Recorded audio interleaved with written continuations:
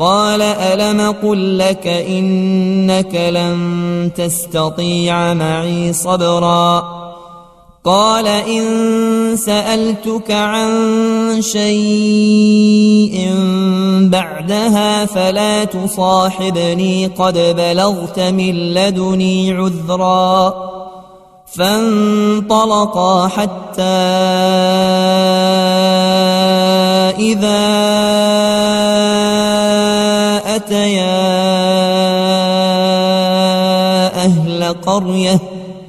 أهل قرية استطعما أهلها فأبوا يضيفوهما فوجدا فيها جدارا يريد أن ينقض فأقامه قال لو شئت لاتخذت عليه أجرا قال هذا فراق بيني وبينك سأنبئك بتاويل ما لم تستطع عليه صبرا أما السفينة فكانت لمساكين يعملون في البحر فأردت أن أعيبها وكان وراءهم ملك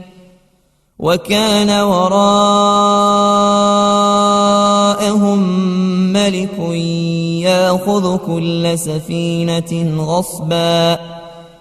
وأما الغلام فكان أبواه مؤمنين فخشينا أن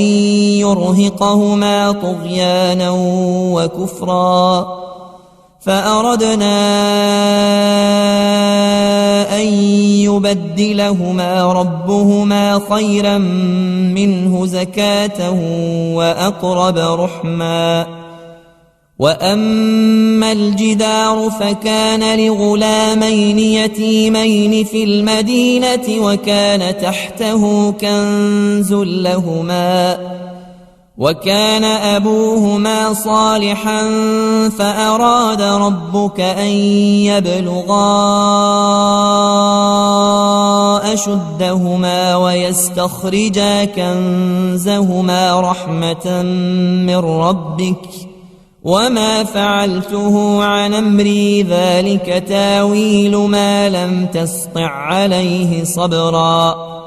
ويسألونك عن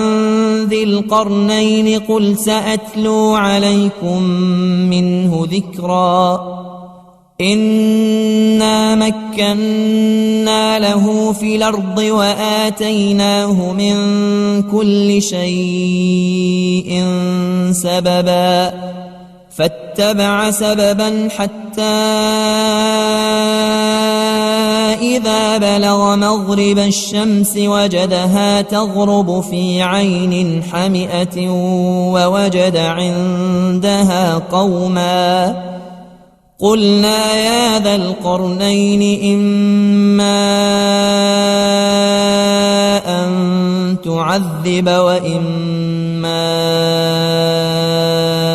أن تتخذ فيهم حسنا قال أما من ظلم فسوف نعذبه ثم يرد إلى ربه فيعذبه عذابا نكرا وأما من آمن وعمل صالحا فله جزاء الحسنى وسنقول له من أمرنا يسرا ثم اتبع سببا حتى إذا بلغ مطلع الشمس وجدها تطلع على قوم لم نجعل لهم من دونها سترا كذلك وقد حطنا بما لديه خبرا ثم اتبع سببا حتى إذا بلغ بين السدين وجد من دونهما قوما لا يكادون يفقهون قولا قالوا يا ذا القرنين إن ياجوج وماجوج مفسدون في الأرض فهل نجعل لك خرجا على أن تجعل بيننا وبينهم سدا قال ما مكني فيه ربي خير فأعينوني بقوة نجعل بينكم وبينهم ردما آتوني زبر الحديد حتى إذا ساوى بين الصدفين قال انفخوا حتى إذا جعله نارا قال آتوني أفرغ عليه قطرا فما استطاعوا أن يظهروه وما استطاعوا له نقبا قال هذا رحمة من ربي فإذا جاء وعد ربي جعله دكا وكان وعد ربي حقا وتركنا بعضهم يومئذ يموج في بعض ونفخ في الصور فجمعناهم جمعا وعرضنا جهنم يومئذ للكافرين عرضا الذين كانت أعينهم في غطاء عن ذكري وكانوا لا يستطيعون سمعا أفحسب الذين كفروا أن يتخذوا عبادي من دوني أولياء إنا أعتدنا جهنم للكافرين نزلا قل هل ننبئكم بالأخسرين أعمالا الذين ضل سعيهم في الحياة الدنيا وهم يحسبون أنهم يحسنون صنعا أولئك الذين كفروا بآيات ربهم ولقائه فحبطت أعمالهم فلا نقيم لهم يوم القيامة وزنا ذلك جزاؤهم جهنم بما كفروا واتخذوا آياتي ورسلي هزؤا إن الذين آمنوا وعملوا الصالحات كانت لهم جنات الفردوس نزلا خالدين فيها لا يبغون عنها حولا قل لو كان البحر مدادا لكلمات ربي لنفد البحر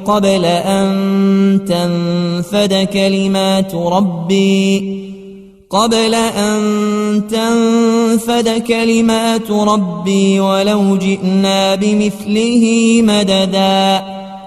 قل إنما أنا بشر مثلكم يوحى إلي أنما إلهكم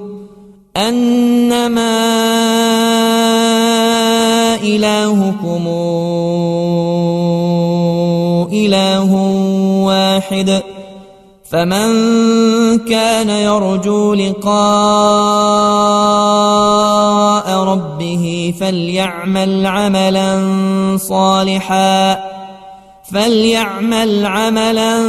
صالحا ولا يشرك بعبادة ربه أحدا بسم الله الرحمن الرحيم كافها يا عين صاد. ذكر رحمة ربك عبده زكريا إذ نادى ربه نداء خفيا قال رب إني وهن العظم مني واشتعل الرأس شيبا ولم أكن بدعائك رب شقيا وإني خفت الموالي من ورائي وكانت امرأتي عاقرا فهب لي من لدنك وليا يرثني ويرث من آل يعقوب واجعله رب رضيا. يا زكريا إنا نبشرك بغلام اسمه يحيى لم نجعل له من قبل سميا قال رب أنى يكون لي غلام وكانت امرأتي عاقرا وقد بلغت من الكبر عتيا قال كذلك قال ربك هو علي هين وقد خلقتك من قبل ولم تك شيئا قال رب اجعل لي آية قال آيتك ألا تكلم الناس 3 ليال سويا فخرج على قومه من المحراب فأوحى إليهم أن سبحوا بكرة وعشيا يا يحيى خذ الكتاب بقوة وآتيناه الحكم صبيا وحنانا من لدنا وزكاة وكان تقيا وبرا بوالديه ولم يكن جبارا عصيا وسلام عليه يوم ولد ويوم يموت ويوم يبعث حيا واذكر في الكتاب مريم إذ انتبذت من أهلها مكانا شرقيا فاتخذت من دونهم حجابا فأرسلنا إليها روحنا فتمثل لها بشرا سويا قالت إني أعوذ بالرحمن منك إن كنت تقيا قال إنما أنا رسول ربك ليهب لك غلاما زكيا قالت أنى يكون لي غلام ولم يمسسني بشر ولم أك بغيا قال كذلك قال ربك هو علي هين ولنجعله آية للناس ورحمة منا وكان أمرا مقضيا فحملته فانتبذت به مكانا قصيا فأجاءها المخاض إلى جذع النخلة قالت يا ليتني مت قبل هذا وكنت نسيا منسيا فناداها من تحتها ألا تحزني قد جعل ربك تحتك سريا وهزي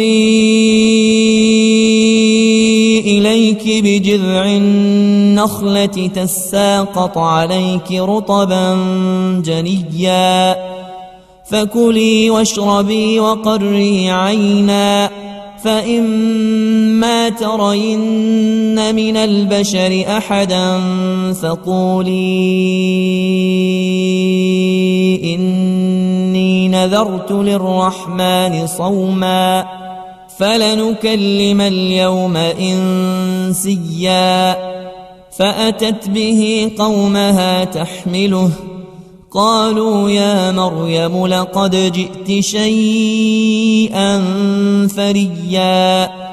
يا أخت هارون ما كان أبوك امرأ سوء وما كانت أمك بغيا فأشارت إليه قالوا كيف نكلم من كان في المهد صبيا قال إني عبد الله آتاني الكتاب وجعلني نبيا وجعلني مباركا أينما كنت وأوصاني بالصلاة والزكاة ما دمت حيا وبرا بوالدتي ولم يجعلني جبارا شقيا والسلام علي يوم ولدت ويوم أموت ويوم أبعث حيا ذلك عيسى ابن مريم قول الحق الذي فيه يمترون ما كان لله أن يتخذ من ولد سبحانه إذا قضى أمرا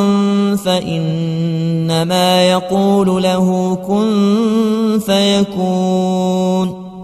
وأن الله ربي وربكم فاعبدوه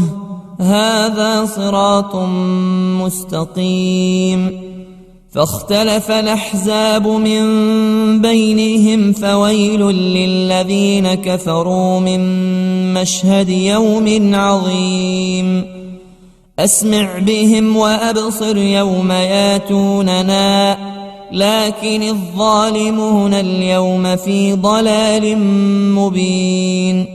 وأنذرهم يوم الحسرة إذ قضي الأمر وهم في غفلة وهم لا يؤمنون إنا نحن نرث الأرض ومن عليها وإلينا يرجعون واذكر في الكتاب إبراهيم إنه كان صديقا نبيا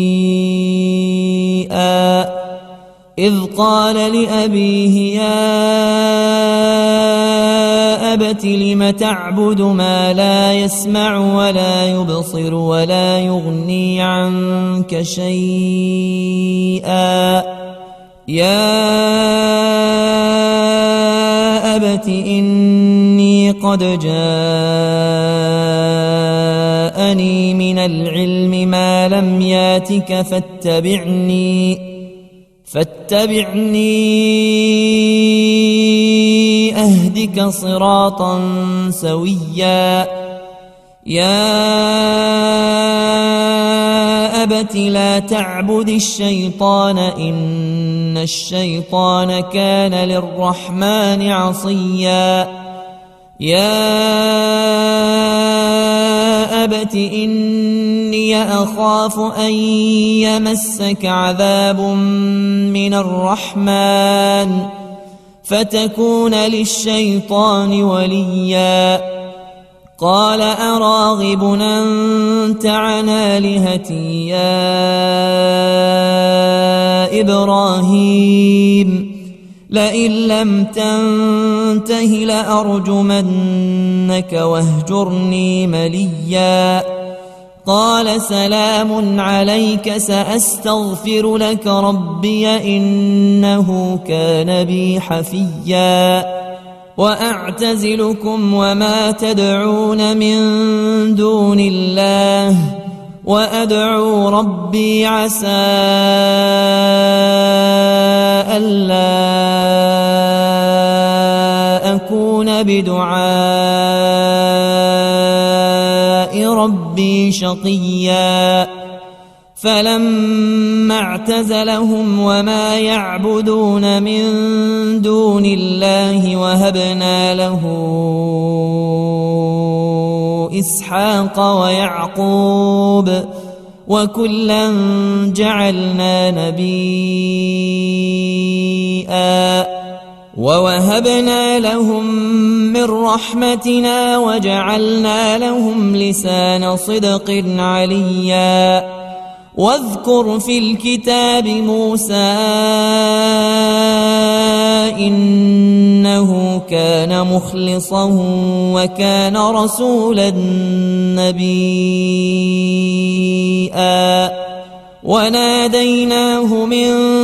جانب الطور الأيمن وقربناه نجيا ووهبنا له من رحمتنا أخاه هارون نبيا واذكر في الكتاب إسماعيل إنه كان صادق الوعد وكان رسولا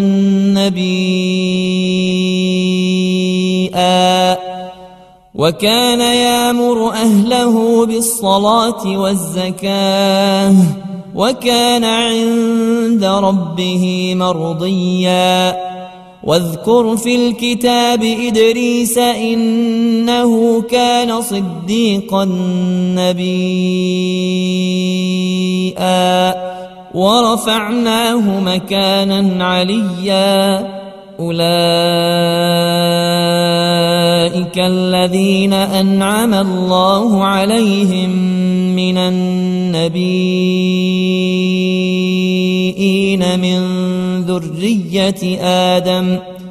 من ذرية آدم وممن حملنا مع نوح ومن ذرية إبراهيم وإسرائيل وممن هدينا واجتبينا إذا تتلى عليهم آيات الرحمن خروا سجدا وبكيا فخلف من بعدهم خلف أضاعوا الصلاة واتبعوا الشهوات فسوف يلقون غيا إلا من تاب وآمن وعمل صالحا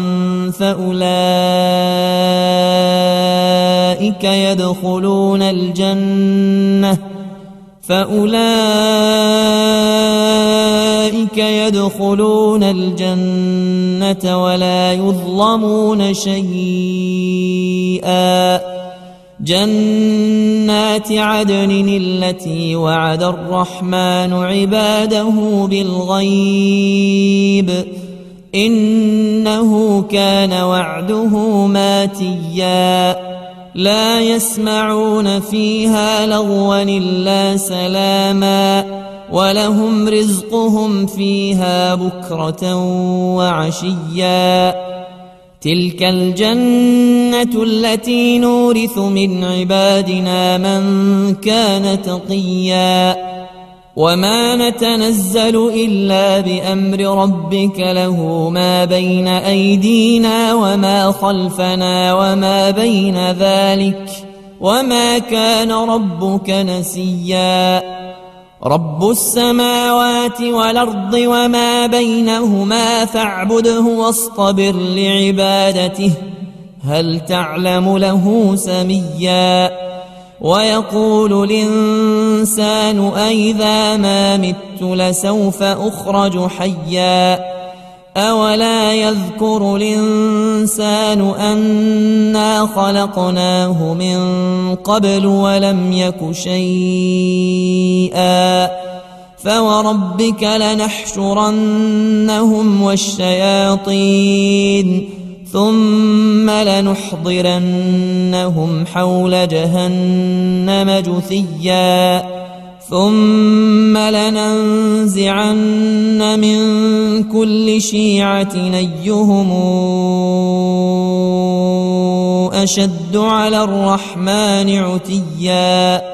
ثم لنحن أعلم بالذين هم أولى بها صليا وإن منكم إلا واردها كان على ربك حتما مقضيا ثم ننجي الذين اتقوا ونذر الظالمين فيها جثيا وإذا تتلى عليهم آياتنا بينات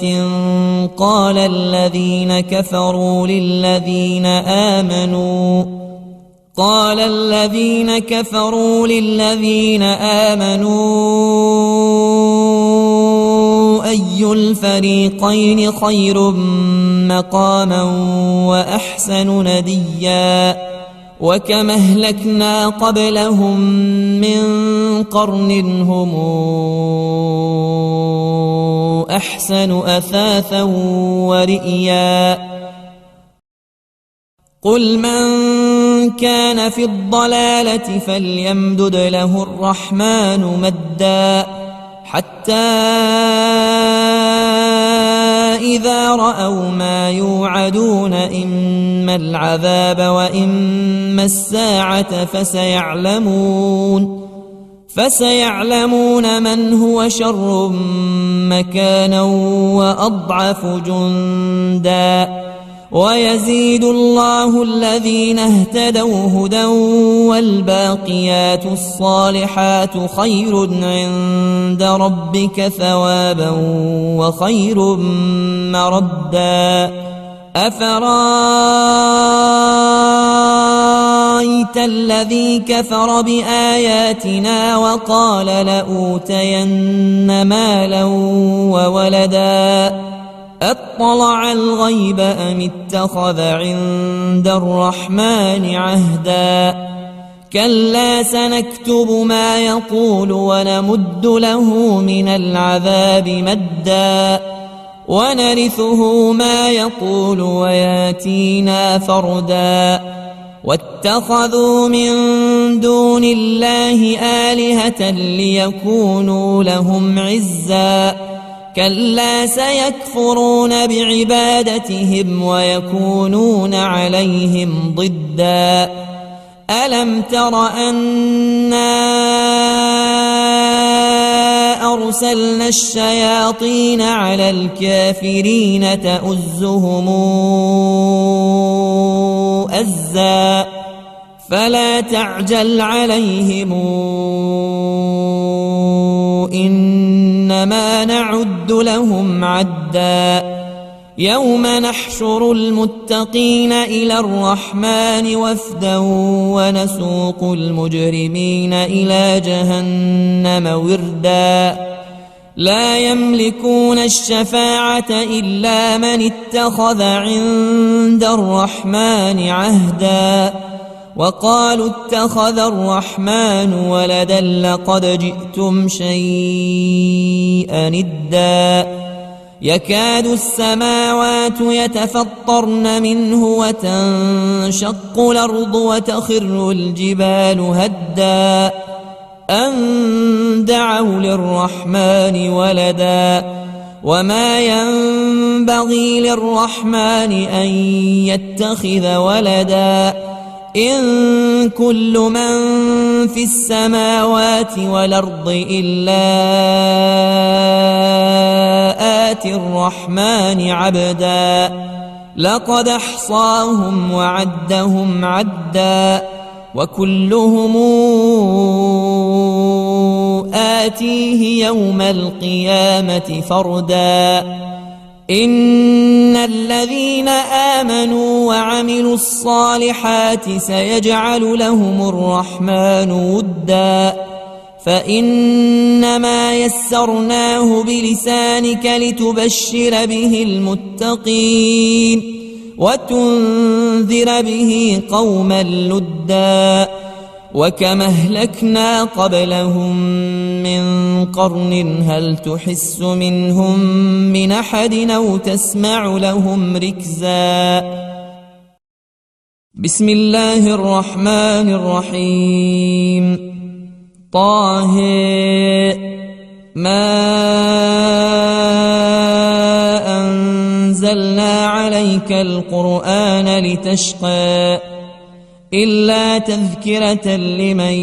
يخشى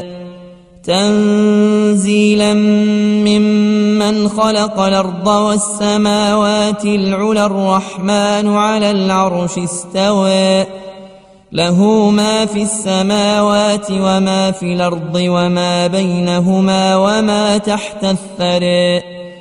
وإن تجهر بالقول فإنه يعلم السر وأخفى الله لا إله إلا هو له الأسماء الحسنى. وهل أتاك حديث موسى إذ رأى نارا فقال لأهلهم كثوا إني آنست نارا لعلي آتيكم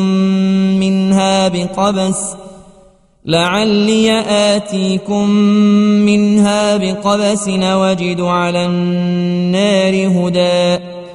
فلما أتاها نودي يا موسى إني أنا ربك فاخلع نعليك إنك بالوادي المقدس طوى وأنا اخترتك فاستمع لما يوحى إنني أنا الله لا إله إلا أنا فاعبدني وأقم الصلاة لذكري. إن الساعة آتية نكاد أخفيها لتجزى كل نفس بما تسعى فلا يصدنك عنها من لا يؤمن بها واتبع هواه فتردى. وما تلك بيمينك يا موسى قال هي عصاي أتوكأ عليها وأهش بها على غنمي ولي فيها مآرب أخرى. قال ألقها يا موسى فألقاها فإذا هي حية تسعى قال خذها ولا تخف سنعيدها سيرتها الأولى واضمم يدك إلى جناحك تخرج بيضاء من غير سوء آية أخرى لنريك من آياتنا الكبرى اذهب إلى فرعون إنه طغى قال رب اشرح لي صدري ويسر لي أمري واحلل عقدة من لساني يفقه قولي واجعل لي وزيرا من أهلي هارون أخي أشدد به أزري وأشركه في أمري كي نسبحك كثيرا ونذكرك كثيرا إنك كنت بنا بصيرا. قال قد أوتيت سؤلك يا موسى ولقد مننا عليك مرة أخرى إذ أوحينا إلى أمك ما يوحى أن اقذفيه في التابوت فاقذفيه في اليم فليلقه اليم بالساحل ياخذه عدو لي وعدو له وألقيت عليك محبة مني ولتصنع على عيني إذ تمشي أختك فتقول هل أدلكم على من يكفله فرجعناك إلى أمك كي تقر عينها ولا تحزن وقتلت نفسا فنجيناك من الغم وفتناك فتونا فلبثت سنين في أهل مدين ثم جئت على قدر يا موسى واصطنعتك لنفسي اذهب أنت وأخوك بآياتي ولا تنيا في ذكري اذهبا إلى فرعون إنه طغى فقولا له قولا لينا لعله يتذكر أو يخشى قالا ربنا إننا نخاف أن يفرط علينا أو أن يطغى قال لا تخافا إنني معكما أسمع وأرى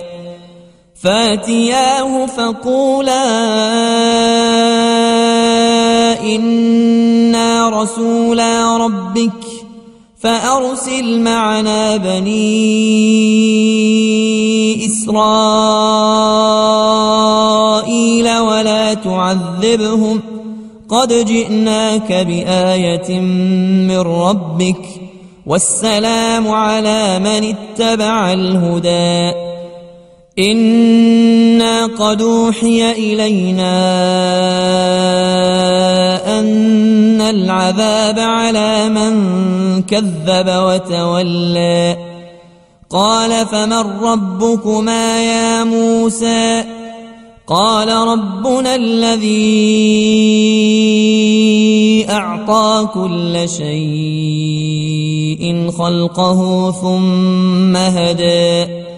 قال فما بال القرون الأولى قال علمها عند ربي في كتاب لا يضل ربي ولا ينسى الذي جعل لكم الأرض مهادا وسلك لكم فيها سبلا وأنزل من السماء ماء فأخرجنا به أزواجا من نبات شتى كلوا وارعوا أنعامكم إن في ذلك لآيات لأولي النهى منها خلقناكم وفيها نعيدكم ومنها نخرجكم تارة أخرى ولقد ريناه آياتنا كلها فكذب وأبى قال أجئتنا لتخرجنا من أرضنا بسحرك يا موسى فلناتينك بسحر مثله فاجعل بيننا وبينك موعدا لا نخلفه نحن ولا أنت مكانا سوى قال موعدكم يوم الزينة وأن يحشر الناس ضحى فتولى فرعون فجمع كيده ثم أتى قال لهم موسى ويلكم لا تفتروا على الله كذبا فيسحتكم بعذاب وقد خاب من افترى فتنازعوا أمرهم بينهم وأسروا النجوى قالوا إن هذان لساحران يريدان أن يخرجاكم من أرضكم بسحرهما ويذهبا بطريقتكم المثلى فأجمعوا كيدكم ثم آتوا صفا وقد أفلح اليوم من استعلى قالوا يا موسى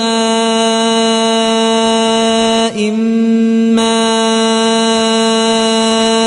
أن تلقي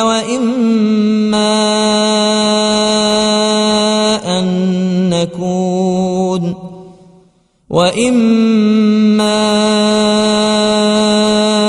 أن نكون أول من ألقى قال بل ألقوا فإذا حبالهم وعصيهم يخيل إليه من سحرهم أنها تسعى فأوجس في نفسه خيفة موسى قلنا لا تخف إنك أنت الأعلى وألق ما في يمينك تلقف ما صنعوا إنما صنعوا كيد ساحر ولا يفلح الساحر حيث أتى فألقي السحرة سجدا قالوا آمنا برب هارون وموسى قال آمنتم له قبل أن آذن لكم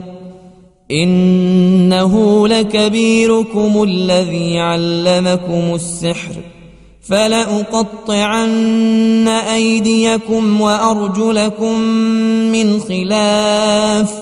ولأصلبنكم في جذوع النخل ولتعلمن أينا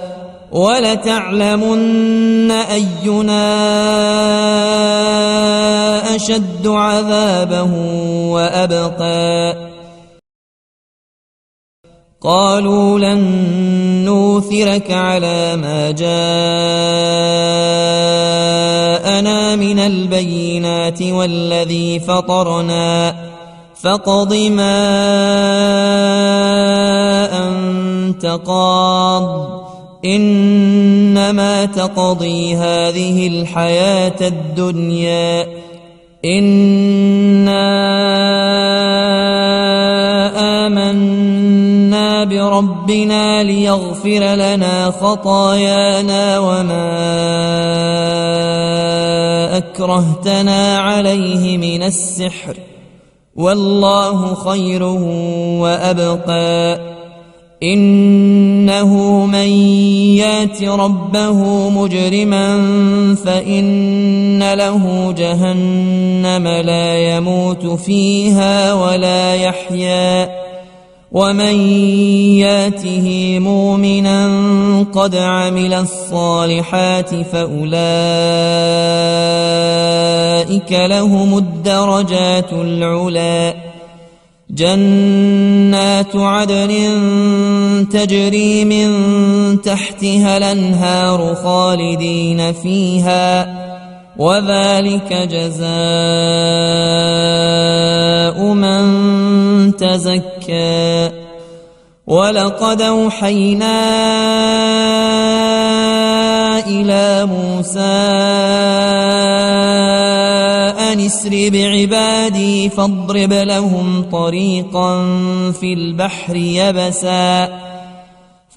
لهم طريقا في البحر يبسا لا تخاف دركا ولا تخشى فأتبعهم فرعون بجنوده فغشيهم من اليم ما غشيهم وأضل فرعون قومه وما هدى يا بني إسرائيل قد أنجيناكم من عدوكم وواعدناكم جانب الطور الأيمن وواعدناكم جانب الطور الأيمن ونزلنا عليكم المن والسلوى كلوا من طيبات ما رزقناكم ولا تطغوا فيه فيحل عليكم غضبي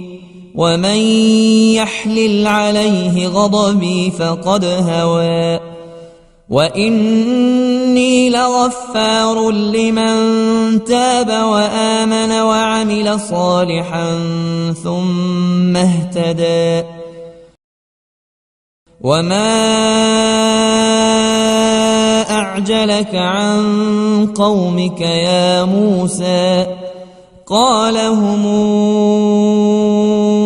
أولئك على أثري وعجلت إليك رب لترضى قال فإنا قد فتنا قومك من بعدك وأضلهم السامري فرجع موسى إلى قومه غضبان أسفا قال يا قوم ألم يعدكم ربكم وعدا حسنا أفطال عليكم العهد أم أردتم أن يحل عليكم غضب من ربكم فأخلفتم موعدي قالوا ما أخلفنا موعدك بملكنا ولكننا حملنا أوزارا من زينة القوم فقذفناها فكذلك ألقى السامري فأخرج لهم عجلا جسدا له خوار فقالوا هذا إلهكم وإله موسى فنسي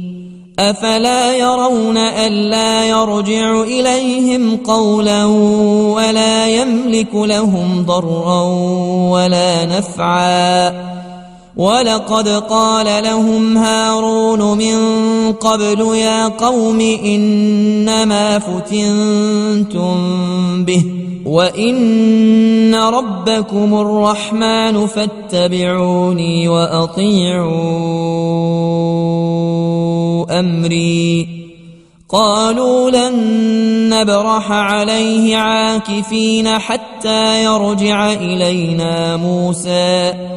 قال يا هارون ما منعك إذ رأيتهم ضلوا ألا تتبعني أفعصيت أمري قال يا ابن أم لا تأخذ بلحيتي ولا برأسي إني خشيت أن تقول فرقت بين بني إسرائيل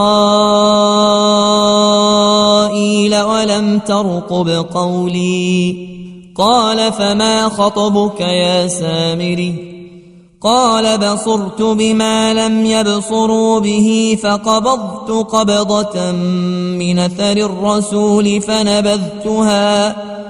فنبذتها وكذلك سولت لي نفسي قال فاذهب فإن لك في الحياة أن تقول لا مساس وإن لك موعدا لن تخلفه وانظر إلى إلهك الذي ظلت عليه عاكفا لنحرقنه ثم لننسفنه في اليم نسفا إنما إلهكم الله الذي لا إله إلا هو وسع كل شيء علما كذلك نقص عليك من أنباء السماء ما قد سبق وقد آتيناك من لدنا ذكرا من أعرض عنه فإنه يحمل يوم القيامة وزرا خالدين فيه وساء لهم يوم القيامة حملا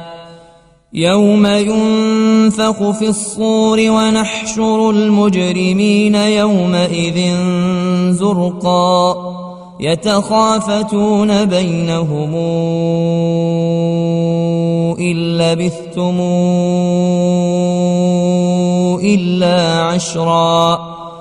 نحن أعلم بما يقولون إذ يقول أمثلهم طريقة إن لبثتم إلا يوما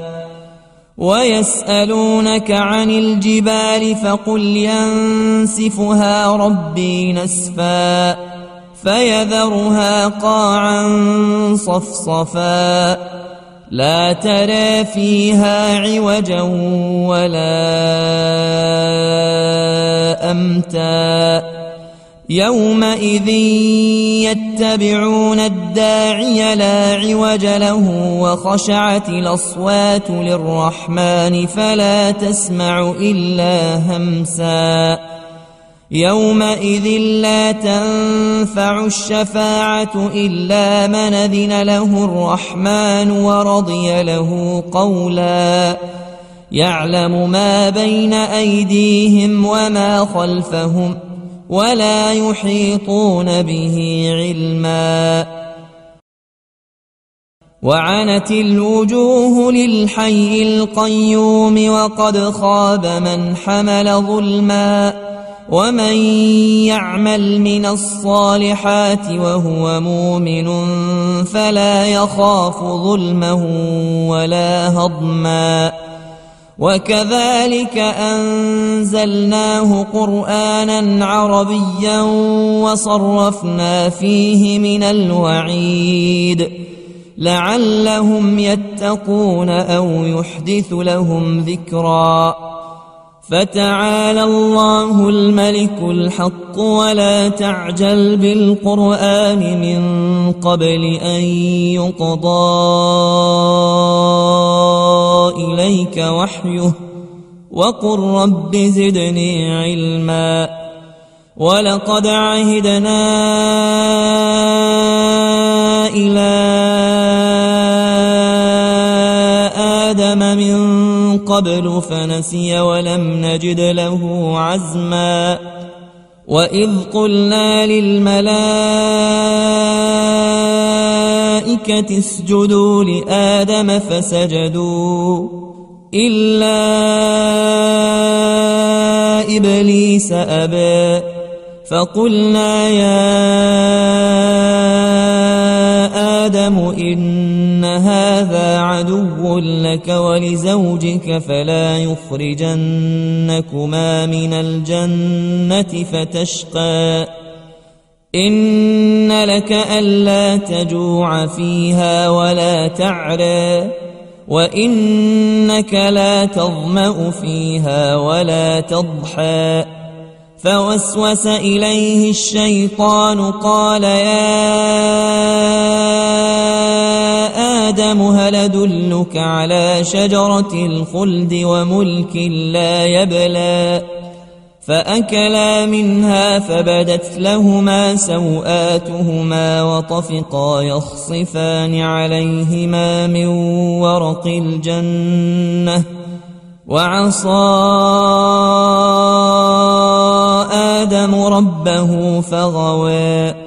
ثم اجتباه ربه فتاب عليه وهدى قال اهبطا منها جميعا بعضكم لبعض عدو فإما ياتينكم مني هدى فمن اتبع هداي فلا يضل ولا يشقى ومن أعرض عن ذكري فإن له معيشة ضنكا ونحشره يوم القيامة أعمى قال رب لم حشرتني أعمى وقد كنت بصيرا قال كذلك أتتك آياتنا فنسيتها وكذلك اليوم تنسى وكذلك نجزي من أسرف ولم يؤمن بآيات ربه ولعذاب الآخرة أشد وأبقى أفلم يهد لهم كما أهلكنا قبلهم من القرون يمشون في مساكنهم إن في ذلك لآيات لأولي النهى ولولا كلمة سبقت من ربك لكان لزاما وأجل مسمى فاصبر على ما يقولون وسبح بحمد ربك قبل طلوع الشمس وقبل غروبها ومن آناء الليل فسبح وأطراف النهار لعلك ترضى ولا تمدن عينيك إلى ما متعنا به أزواجا منهم زهرة الحياة الدنيا لنفتنهم فيه ورزق ربك خير وأبقى وامر أهلك بالصلاة واصطبر عليها لا نسألك رزقا نحن نرزقك والعاقبة للتقوى وقالوا لولا ياتينا بآية من ربه أولم تاتهم بينة ما في الصحف الأولى ولو أنا أهلكناهم بعذاب من قبله لقالوا ربنا لولا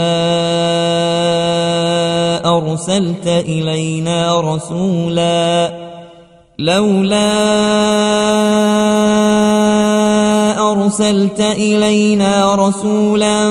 فنتبع آياتك من قبل أن نذل ونخزى قل كل متربص فتربصوا فستعلمون من أصحاب الصراط السوي ومن اهتدى